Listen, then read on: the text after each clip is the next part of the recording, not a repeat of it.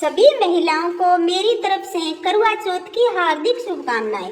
साहूकार की बेटी वीरावती की कहानी बहुत पुरानी बात है। एक नगर में एक साहूकार रहता था। उसके 7 बेटे और एक बेटी थी। बेटी का नाम था वीरावती। वह अपनी माँ बाप की इकलौती बेटी थी, इसलिए सबकी लाडली भी थी। जब वीरावती विवाह योग्य हुई तो उसका विवाह एक अच्छे और सुशील व्यक्ति से कर दिया गया। विवाह के बाद वीरावती पहली बार करवा चौथ का व्रत करने के लिए अपने मायके आई। उसने पूरे विधि विधान से निर्जल व्रत रखा। वह अन्न खाया न जल पिया, लेकिन जैसे जैसे दिन ढलने लगा वह बहुत कमजोर और बेहोश सी होने लगी। वह भूख और प्यास से व्याकुल हो गई। उसकी हालत देखकर उसके 7 भाई बहुत परेशान हो गए। उन्होंने बहन को इस हालत में देखा तो कहा, चांद कब निकलेगा, बहन तो और ज़्यादा बीमार हो जाएगी। उन्होंने सोचा कुछ करना होगा। भाइयों ने एक तरकीब निकाली।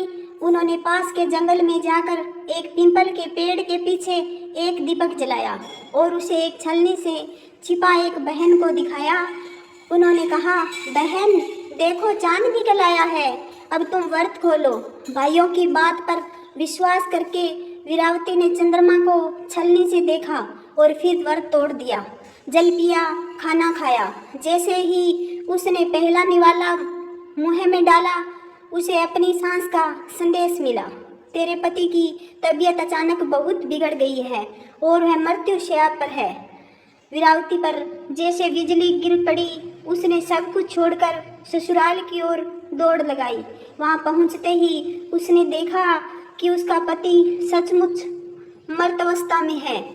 वीरावती बहुत रोई, विलाप किया और चौथ माता से क्षमा मांगने लगी।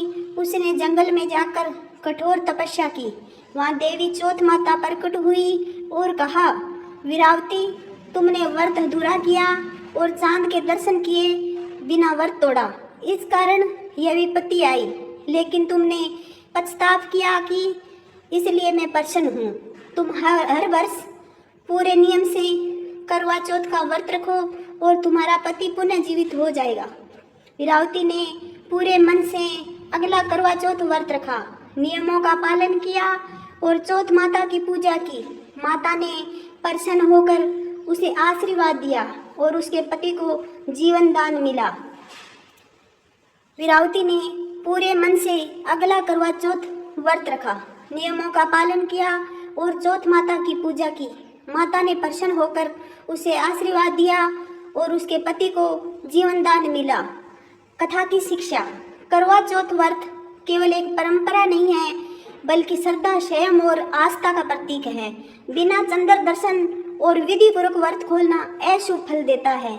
सच्चे मन और निष्ठा से किया गया व्रत मृत्यु को भी मात दे सकता है। बोलो चौथ माता की जय हो।